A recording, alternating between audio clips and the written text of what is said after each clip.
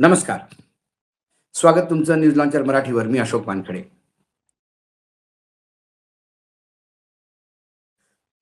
पूर्व निवडणूक आयुक्त, मुख्य आयुक्त कुरेशी साहेब, एस. वाय. कुरेशी यांचं एक पुस्तक नवीन लिहिलेलं मार्केटमध्ये येतंय. त्याचं लोकार्पण लवकरच होणार आहे. पुस्तकाचं नाव आहे India and I, a 100 memories, not a memoir. 100 Bharat और मी 100 किस्से माझ्या आठवणीतले, पण जीवनी नव्हे.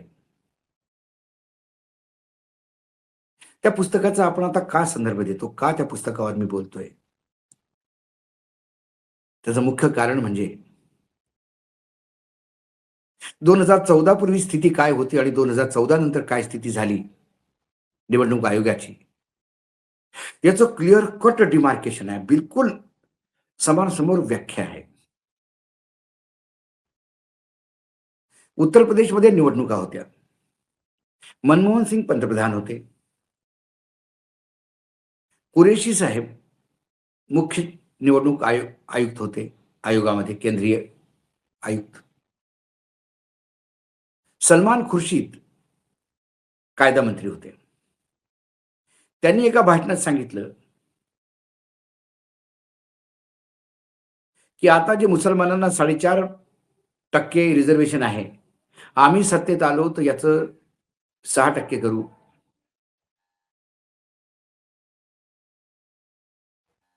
आणि त्यांच्या या वक्तव्यावर भाजपाने घोर अपेक्षा घेतला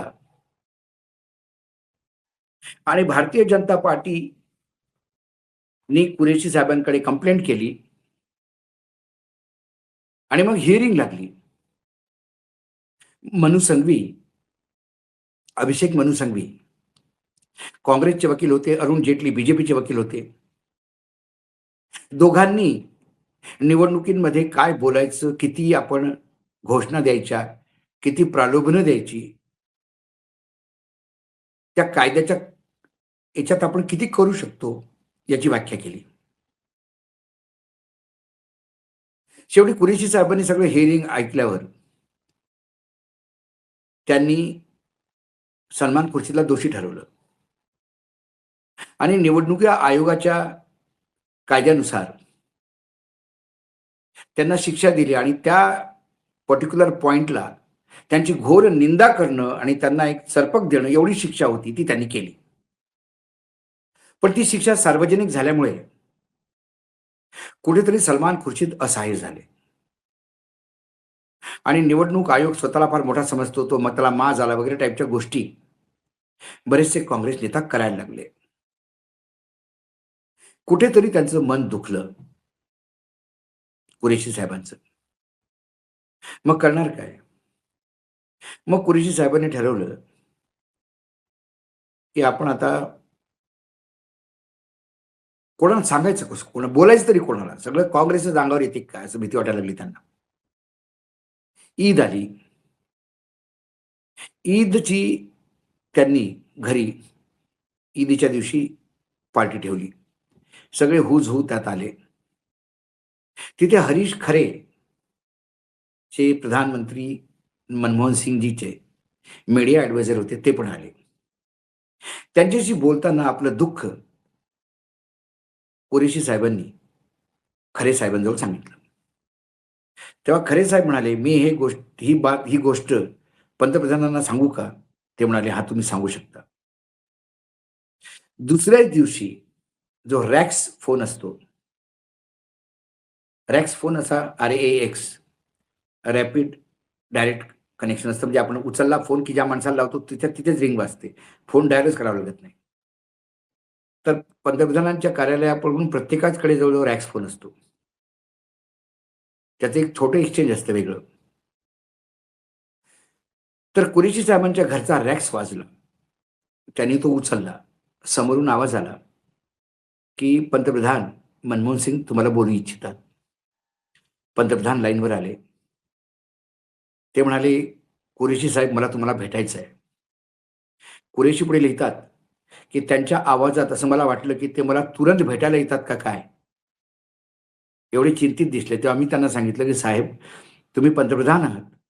तुमच्या सोयीनुसार तुम्ही सांगा मी कधी भेटायला येऊ?" संध्याकाळी 7 वाजताची भेट ठरली. मी त्यांच्या घरी गेलो.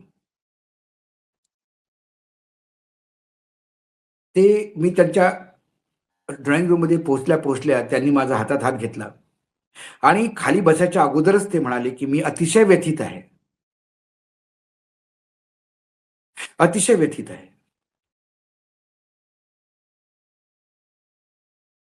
निवडणूक आयोग म्हणजे हा लोकशाहीचा आत्मा आहे आणि ट्रान्सपरंट लोकशाही हीच त्या संविधान, राज्यघटनेची आत्मा आहे. त्यामुळे तुम्ही मला हे पहिलेच सांगितलं असतं, तर मी त्या सगळ्या मंत्र्यांना झापलं असतं. तुमच्याबद्दल ब्रश सुद्धा काढू दिला नसता. पण उद्या निवडणूक आयोग जर कॉम्प्रोमाईज झालं किंवा अशा होणाऱ्या हल्ल्यावर तुम्ही जर थोडे झुकलात, तर मला अक्षरशः जीव द्यावा लागेल. मी लोकांना तोंड दाखवू शकणार नाही. अशी वेदना त्यांनी केली आणि कुरेशी म्हणतात, जेव्हा त्यांनी सांगितलं, की मला जीव द्यावा लागेल, तेव्हा मी अक्षरशः हादरलो. तेव्हा मला कळेना, की माझ्यासमोर कोण बसलाय? एक राजकारणी बसलाय, की एक भारताच्या राज्यघटनेला सर्वस्व मानणारा बसला, ज्याच्यासाठी राज्यघटना हा चर्चेचा विषय नसून मान्यतेचा विषय आहे.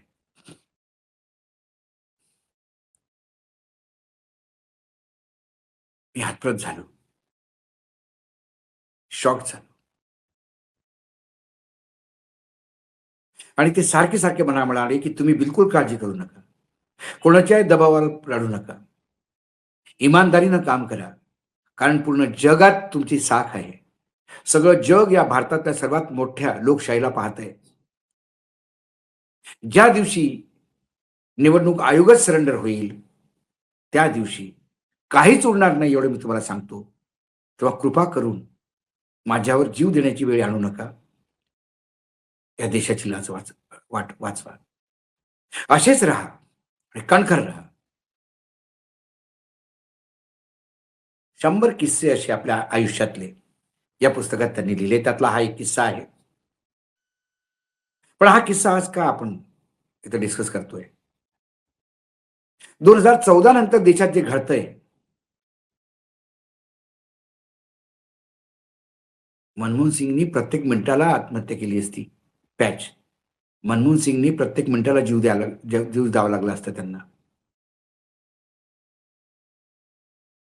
कारण सत्याचं निवडणूक आयोग हे भाजपसाठी काम करतं आणि त्यामुळे भाजपाचे नेता त्याला सर्वात श्रेष्ठ निवडणूक आयोग म्हणतं. परंतु सुप्रीम कोर्टापासून भारताच्या तर युनायटेड नेशन्सपर्यंत सगळ्यांनी जाब विचारलेला आहे भारताच्या निवडणूक प्रणालीवर. आता युनायटेड नेशन्सनी एक मोठा रिपोर्ट सबमिट केला आणि त्या रिपोर्टमध्ये भारत सरकारला 60 दिवसाच्या आत त्यांनी सांगितलं, की तुम्ही आम्हाला याचा रिप्लाय द्या. आणि त्या रिपोर्टमध्ये त्यांनी भारतावर आरोप लावले, की एस-आय-आरच्या नावाखाली तुम्ही लोकांना मतदानापासून वंचित करतायत. आणि डिटेल स्टडी करू. युनायटेड नेशन्स, कुठे मनमोहन सिंग, कुठे नरेंद्र मोदी. किती फरक आहे. आज न्यूज लॉन्चर मराठीमध्ये एवढंच. पुन्हा येतो काही विषयासोबत. तोपर्यंत नमस्कार. पाहत रहा न्यूज लॉन्चर मराठी.